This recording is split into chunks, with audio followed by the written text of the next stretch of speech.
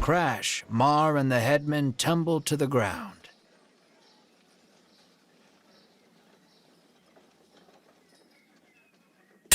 From the headman's hand falls a small blade. It clatters to the ground, covered in blood.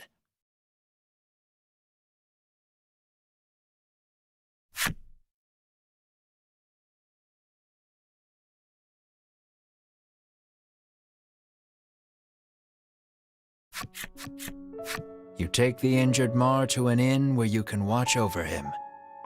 You gaze at the unconscious Mar with concern. Despite the shallow wound, no amount of medicine seems to rouse Mar from the bed. I heard that my friends were in danger, so I came as quickly as I could, Lappy says. As he reaches Mar's bedside, he leans over and licks his wound. "This is what-you-call-it extract," he shouts. He explains that it is a poison extracted from a certain monster. If it enters the body, it drastically reduces one's stamina.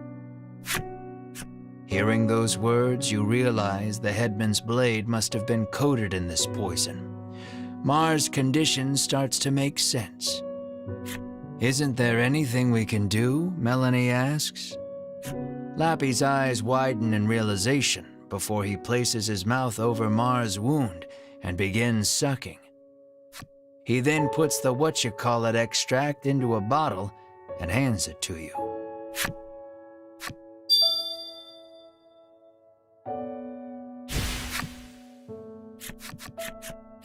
Lappy says that if you follow the road south of the village, you will reach Shoreland. He tells you to give the extract to the famous nutritionist there.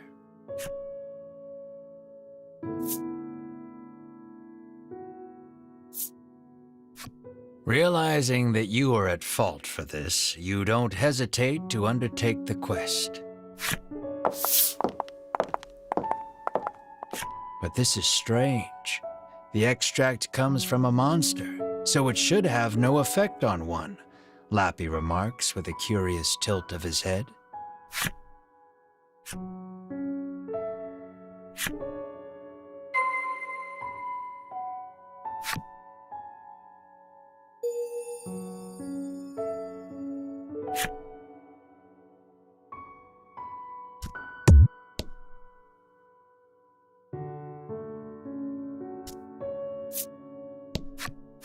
"I thought a beast of that size would eat us out of house and home," she remarks, no doubt talking about Mar.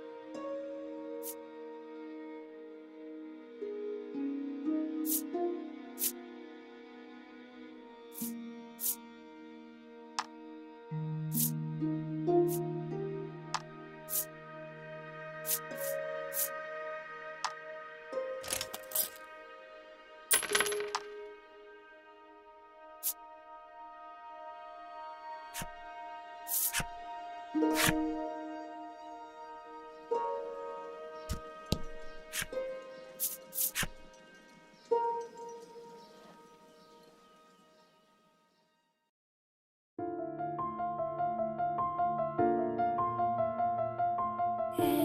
his 3D från det de hos väldigt sevig de och quencher de wo inos to hade moen de soni hen 3D is over listen on är det från Benios jag quentalio dio ventoni is listen on yet it really was as the two quelli udi and toy Tony is there feel of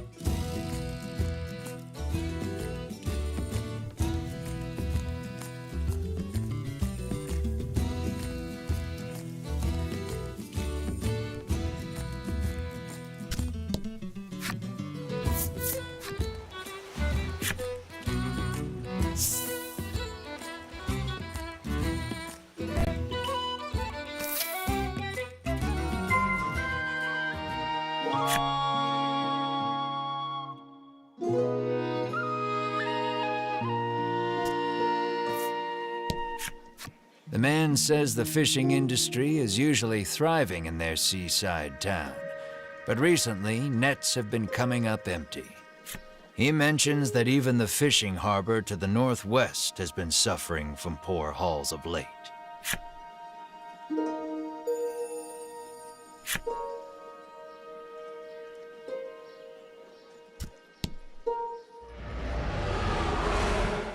You hear a roar in the distance. According to the townsfolk, it is a very recent phenomenon. Rumor in the village has it that it might be the dragon. The sign on the door reads, "The Great Nutritionist Oreo." You open the door without knocking. "Is anyone home?" you call. A muscular man emerges from the back.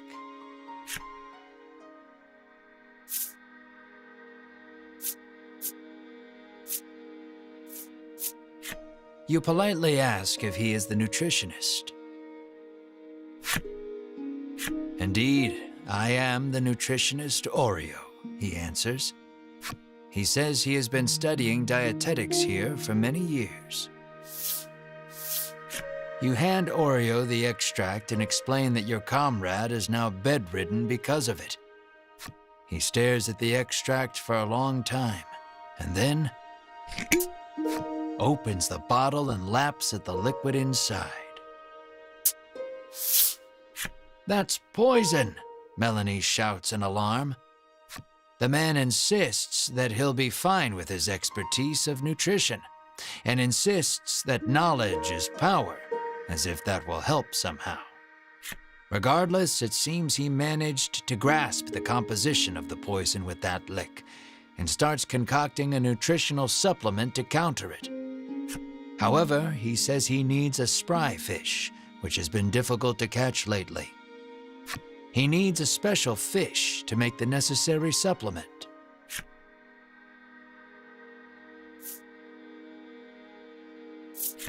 When he explains that you can catch one in the surrounding sea, Riddis confidently interjects. She shows you a page from her ancient tome, which explains the ecology of the fish in detail. "That book comes in handy from time to time," Melanie remarks in surprise. Oreo gasps as if remembering something. He says that his son went out fishing and, with a bit of luck, may have already caught a spry fish. It sounds like his son is fishing on the wharf. You decide to go find him.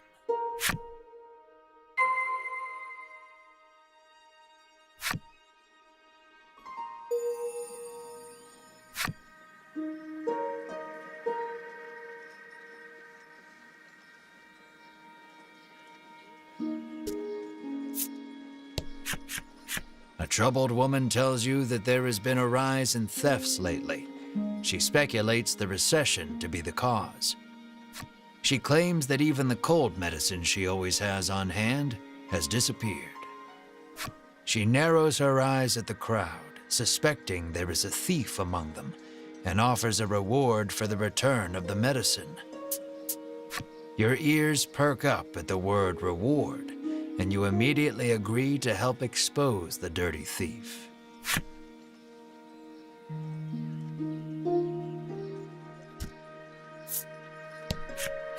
I can feel the dragon's presence. I must inform Lady Winifred, the knight mutters. You feel impatient, determined not to let the order beat you to it.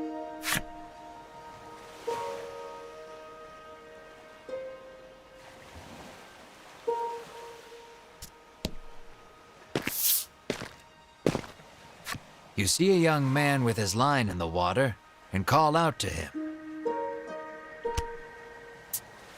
He turns around and flexes, shouting out suddenly, "Power is power."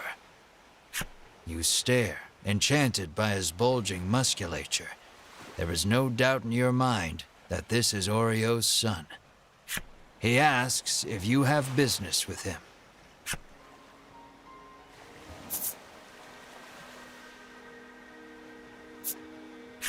Though you are pretty sure of the answer, you ask the young man if he is the... "That I am," he answers. He introduces himself as Bruno and says he is learning to be a nutritionist like his father. You introduce yourself, expressing to him that you are a hero on a journey and require a spry fish to save your ill comrade. His eyes begin to sparkle the moment you utter the word hero, and he becomes engrossed in your tale. More or less grasping the situation, he regrets to inform you that he has not caught any spry fish yet. He says that a monster has settled near their town, and its thundering roars have scared most of the fish away. You know Oreo needs a spry fish to make that supplement. Hearing the despair in your voice, Bruno speaks, his words like an ember in the dark. He tells you that there is a harbor near town where fishermen gather. Perhaps you can find the fish you seek there. You thank him for the information, then head to the harbor with your comrades. Just as you are about to leave, Bruno offers to escort you there. Is it a reward you're after? You are about to ask, but Melanie smacks you on the head before you can voice it and allows him to come along.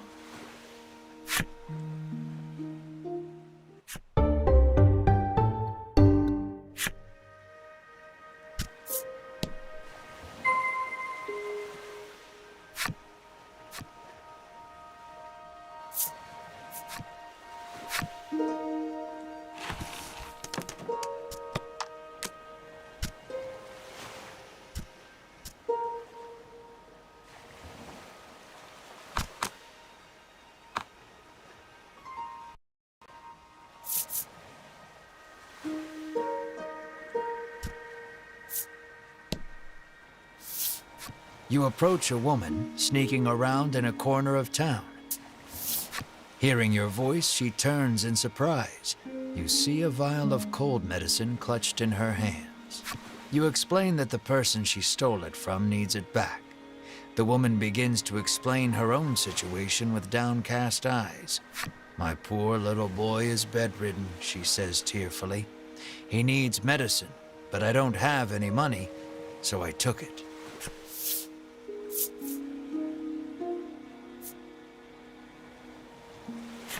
Hearing her tale, you are overcome by sympathy and decide to look the other way. She thanks you and hands you something, apologizing for not having more.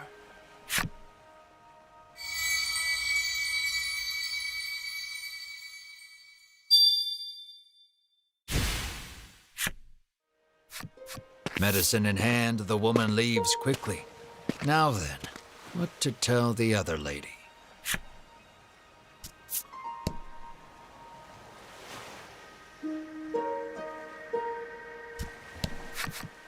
You explain that you are unable to find the thief. Clearly saddened by the news, she explains that she keeps the medicine on hand for her husband, who gets sick quite easily. She laments that she may not have the money to buy more. Unsure if you made the right choice, you return to your journey with a heavy heart.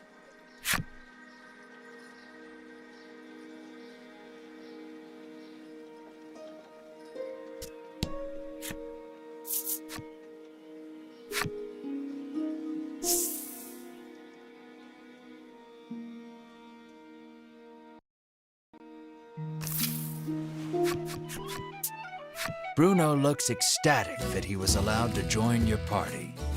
When you ask him why, he tells you that his dream is to be an adventurer and has thus been training every day.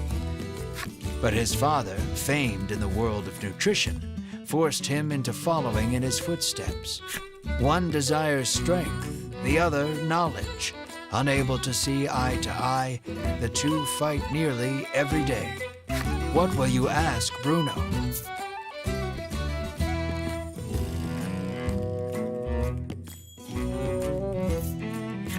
Curious about his attire, you ask why he does not wear armor.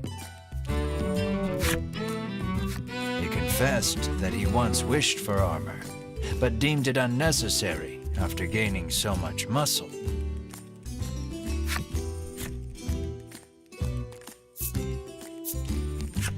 You ask Bruno about his sword arm, saying you are something of a swordsman yourself. Bruno replies that he specializes in hand-to-hand combat, then flexes his bulging biceps as proof. Apparently, he only carries around a sword to look like an adventurer. In that moment, you realize something. While his passion for being an adventurer is true, he is dumber than a sack of rocks. The words "birds of a feather flock together" run through your mind, but you quickly chase them away, afraid of what that means for you.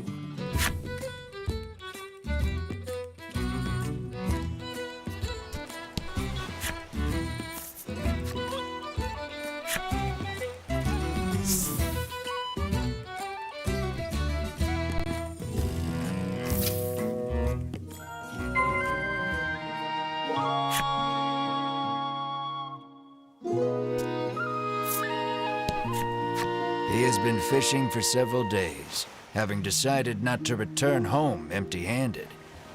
He hopes his wife and child back in Shoreland are well.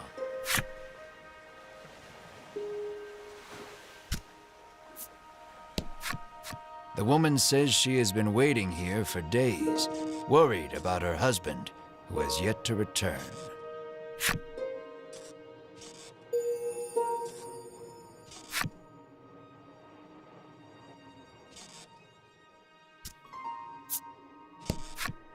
Lately, a monstrous roar has been disturbing the seas and scaring away all the fish. He sighs, lamenting that his catches have been poor as a result.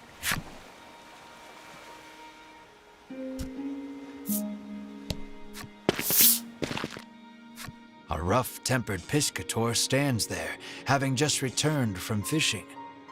Mars' fate rests upon this man's haul.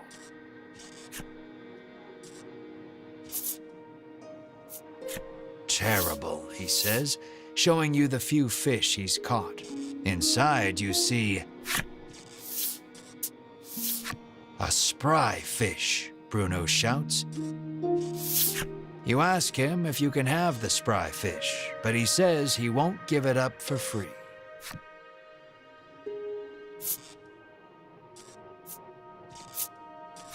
When you ask how much it will cost, he gives the absurd price of 1,000,000 gold pieces. You're heartless, Ridis pouts. The man is enraged by the rude response. Just then, Bruno prances forth and shouts, "Stop right there!" Your fisherman muscles are simply sublime, he exclaims.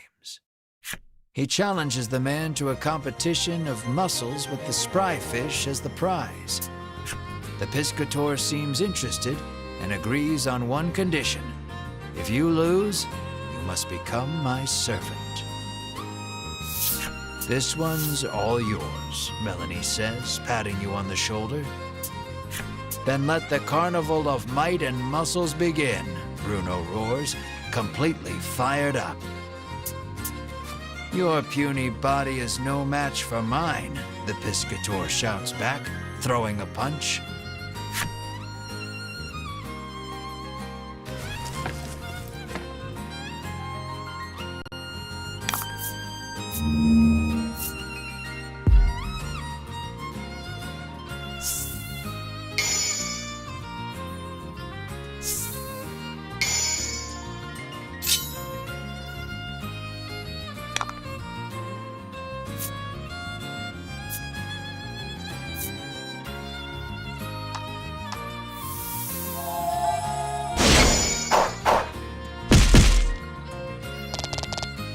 A battle of beefiness.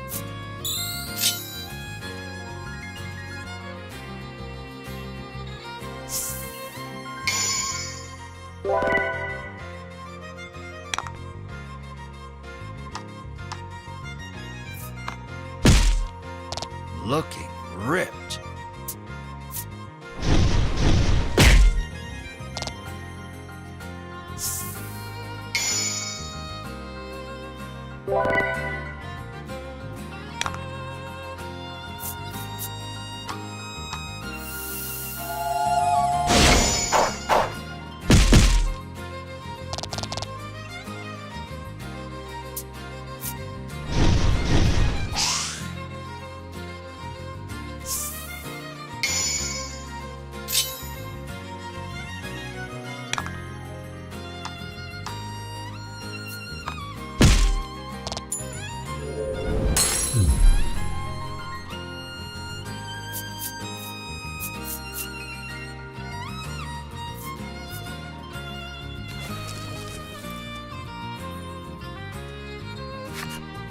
His victory sealed, Bruno strikes a glorious pose and shouts out, "Witness the power of power."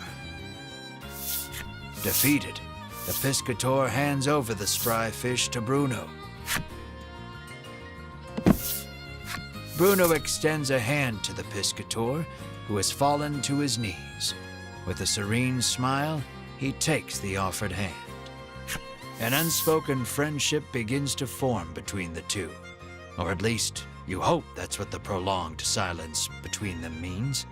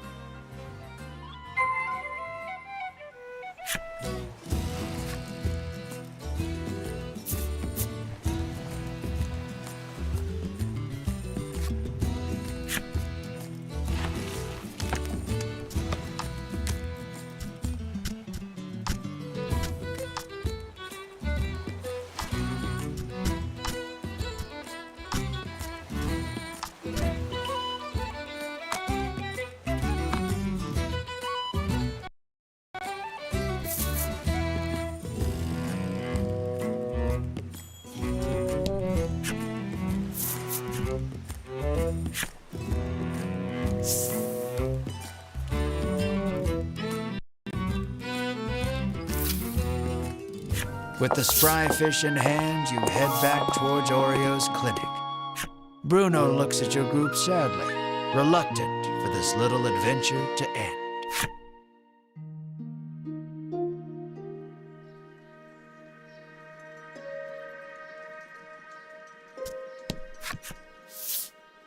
You hand the fish to Oreo and ask him to make you the supplement.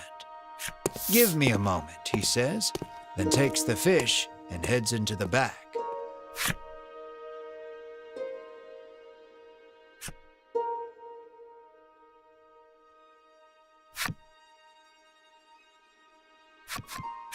"It's ready," he says, emerging from his room and handing you a bottle.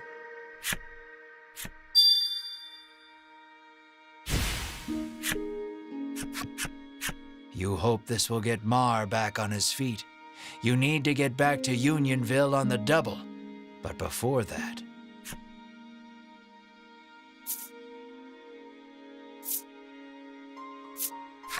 you face Bruno and say, "Take care," then run off. But Bruno stops you and says he wants to journey with you just a little longer. But Oreo is quick to douse the flames of his desire. "You will stay here and study," he commands. "Then you leave me no choice," Bruno's expression reads as he raises both hands behind his head and squats at hyper speed. "I want to show this power to the world," Bruno proclaims to his father. "You have much to learn, my son," Oreo retorts as he starts sidestepping at breakneck speed. Only the sound of their labored breathing and bodies moving resonates through the otherwise silent room. You can only look on in stunned silence at the enigmatic display.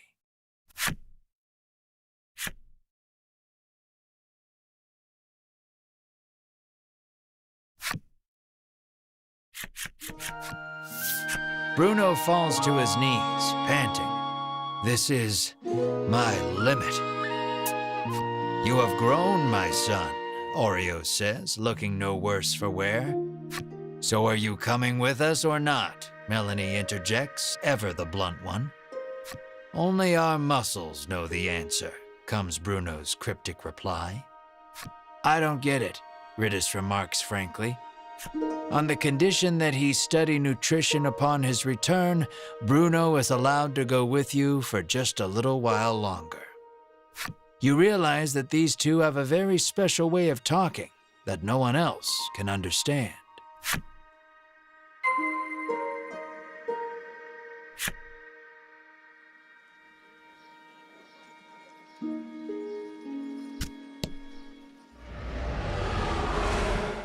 Hearing yet another roar in the distance, you realize you need to get the supplement to Mar so you can investigate the sound together.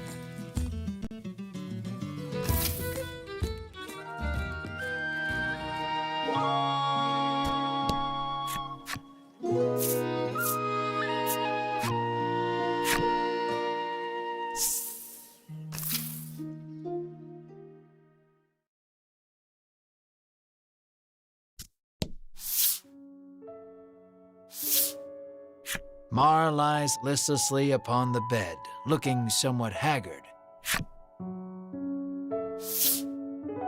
You help Mar sit up. "Drink this, Mar," you say to him gently. He weakly opens his mouth, and you slowly pour the energy concentrate inside.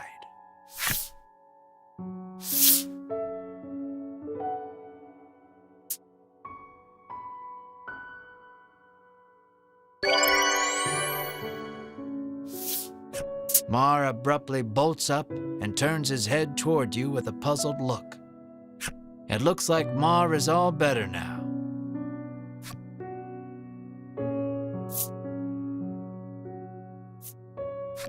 You give Mar a tight hug. Mar mews softly in discomfort. Overcome with joy, you sob and stroke Mar's head. Melanie and Ridis watch you two with a smile.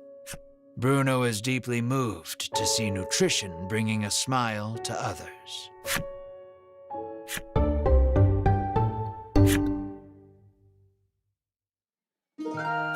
With this, you can finally put the happenings of that strange village behind you. You decide to take Bruno back to Shoreland, then continue your search for the dragon.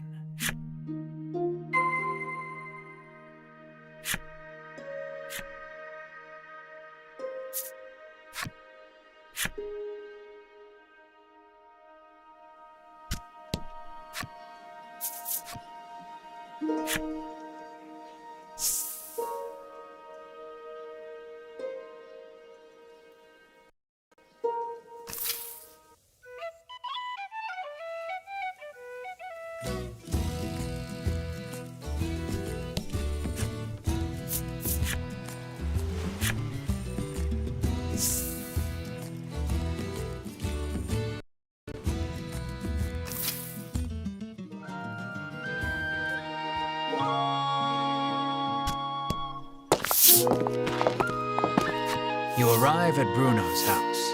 Though he seems to want to adventure a little more, he reluctantly enters his house. You ask Oreo if he knows anything about the monster behind that mighty roar. He says that the creature nests atop a tower not far from town. With that, your next destination is decided. Here, you will part ways with these two, but you owe a great deal to the nutritionist and his son. Bruno looks at you, his eyes begging you to let him come along. What will you say?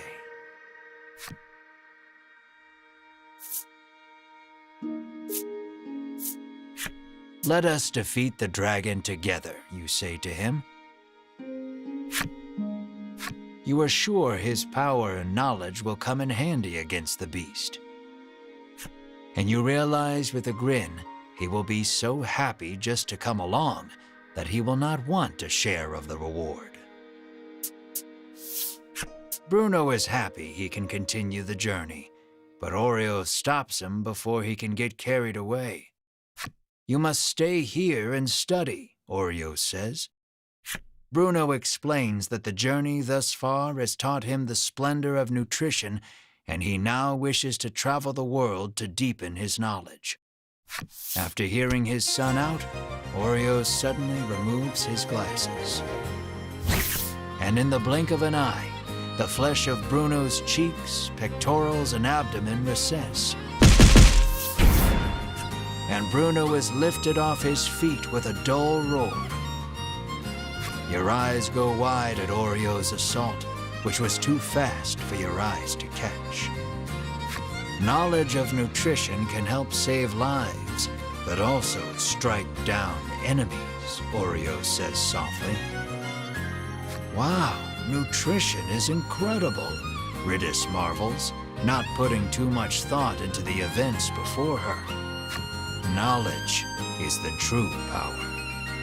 You tremble, never wanting to make an enemy of Oreo. Though Oreo still deems his son's knowledge insufficient, he tells him to travel the world and surpass him someday. Thank you, Father, Bruno says from the ground, moved to tears by the strength of Oreo's knowledge. So it comes to pass that you journey to the tower with Bruno to find the roaring beast.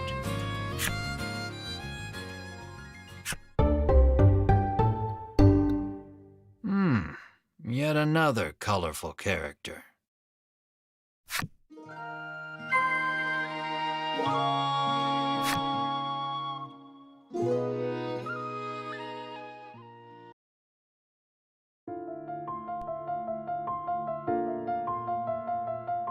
With this 3D heaven, det oss väldigt sevidi och quenchade war in oss to harmoen dissonien 3D is over listen on yeri von benius io quentalio dio ventonies listen on yeri coelius listen to coeliudi and toy Tony is dear Philovie.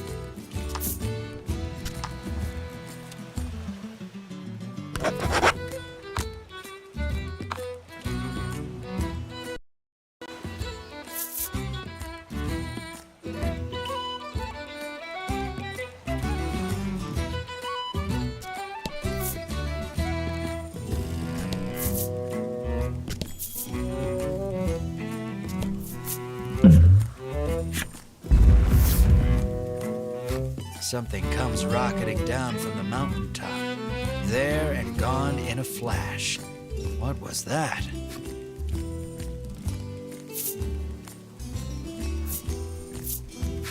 The thing that you saw tumbling down the slope was definitely a person. You're overcome with a sense of deja vu. That's right.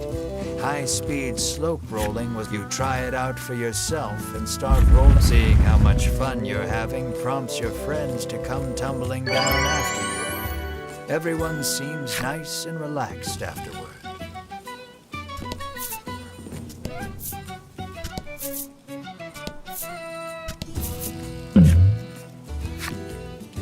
Something's catching the sunlight just so.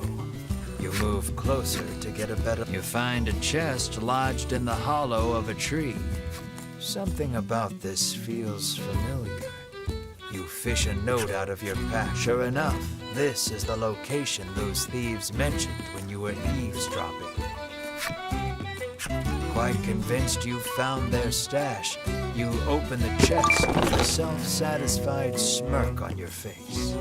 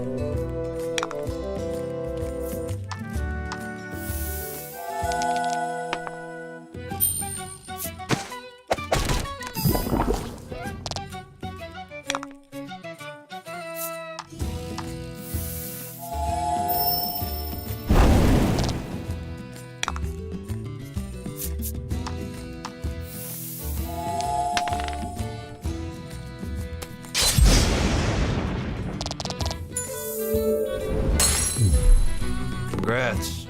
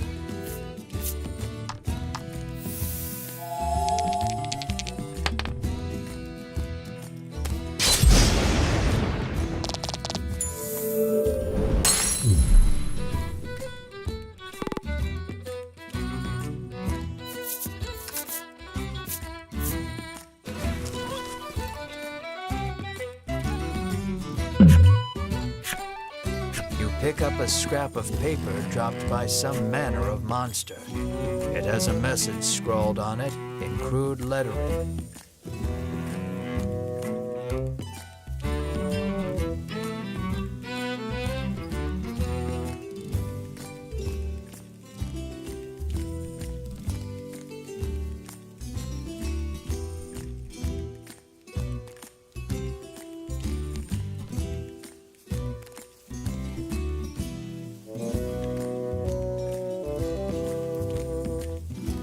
Clearly, whoever dropped this message did not want to forget where you stashed the scrap of paper in your pack and resolved to keep an eye out for the treasure on your travels.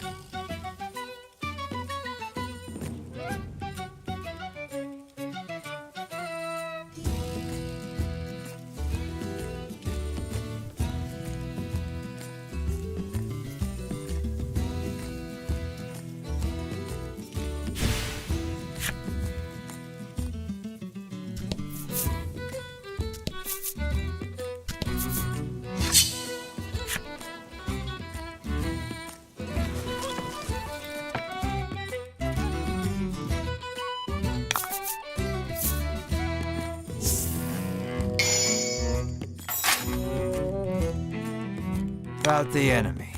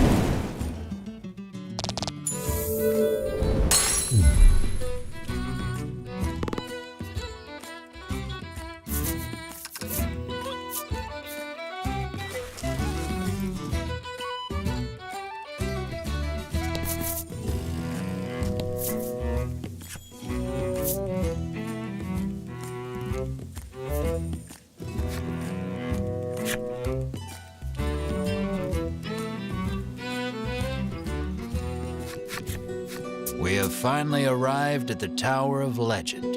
Is everyone ready? You ask with a posed look. Bruno is the first to respond. But this is just an old lighthouse, he remarks, oblivious to your sudden embarrassment. Riddis snorts to herself, seeing you red in the face from jumping to conclusions.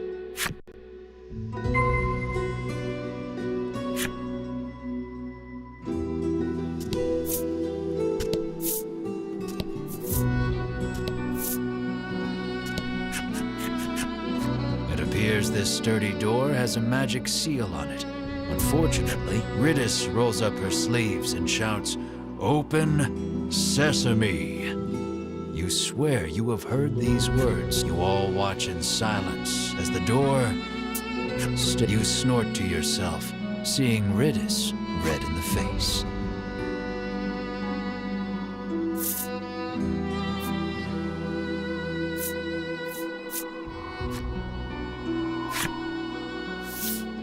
Bruno exhales deeply, then places both hands on the door. He pushes with all his might, his breath labored, chest heaving, sweat dribbling. And it opens. It seems the magic seal could not protect the door from the physical might of your most stalwart companion. This is the power of power, Bruno pants, but you promptly ignore him and enter the tower.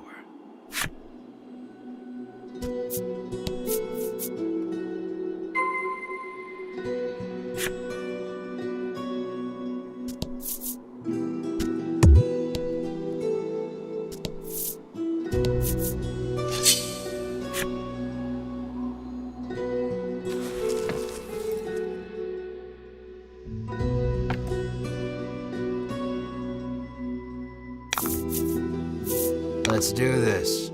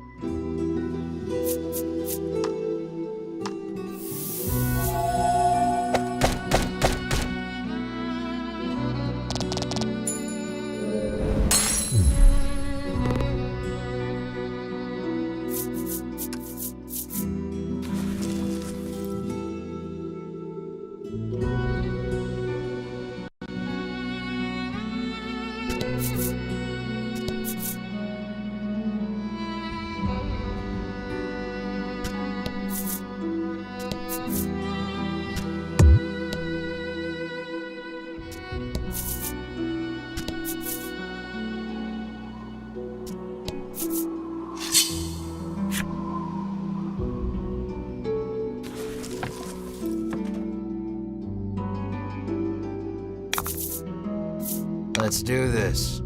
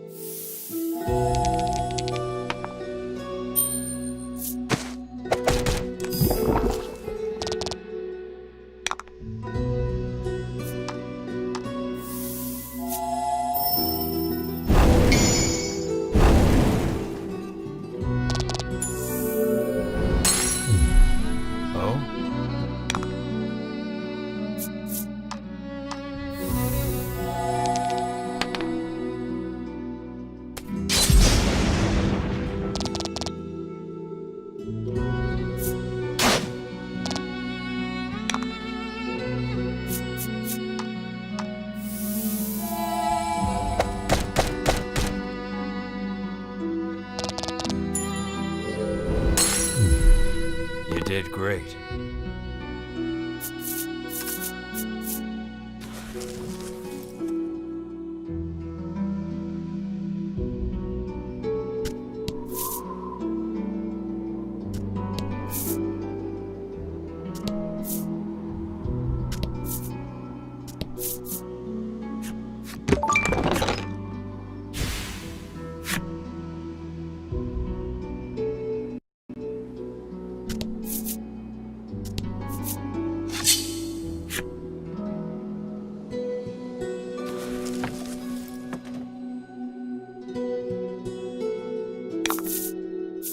Don't hold back.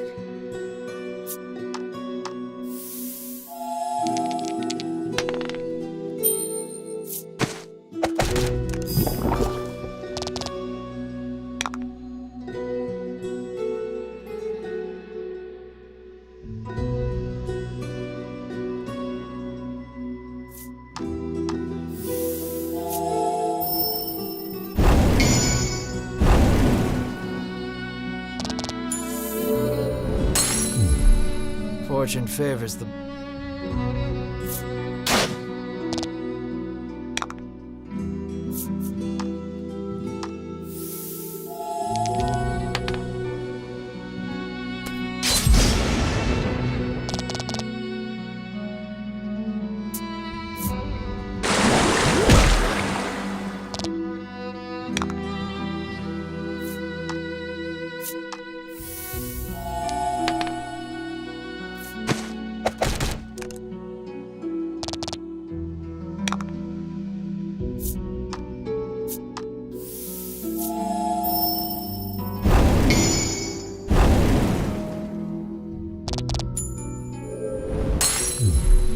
Nice work.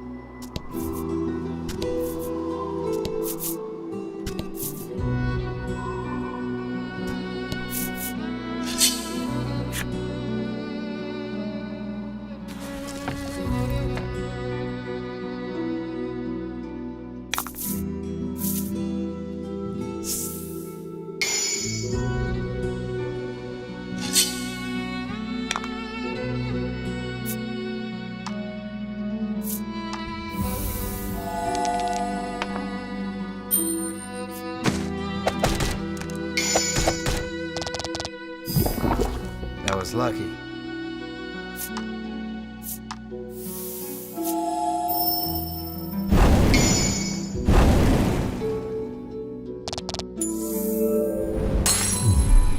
Fortune favors the bold.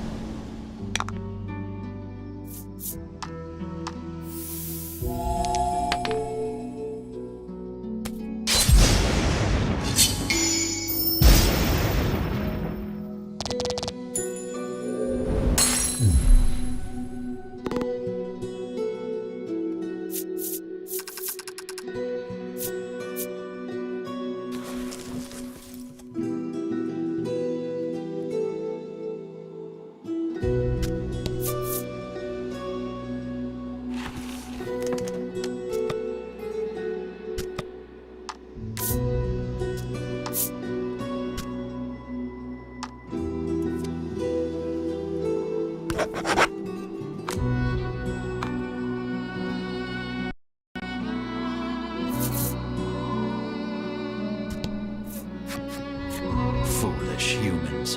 Did you come here to consign the drops of salvation to oblivion? The monster asks. It sounds like he is saying something important, but you do not understand it in the slightest.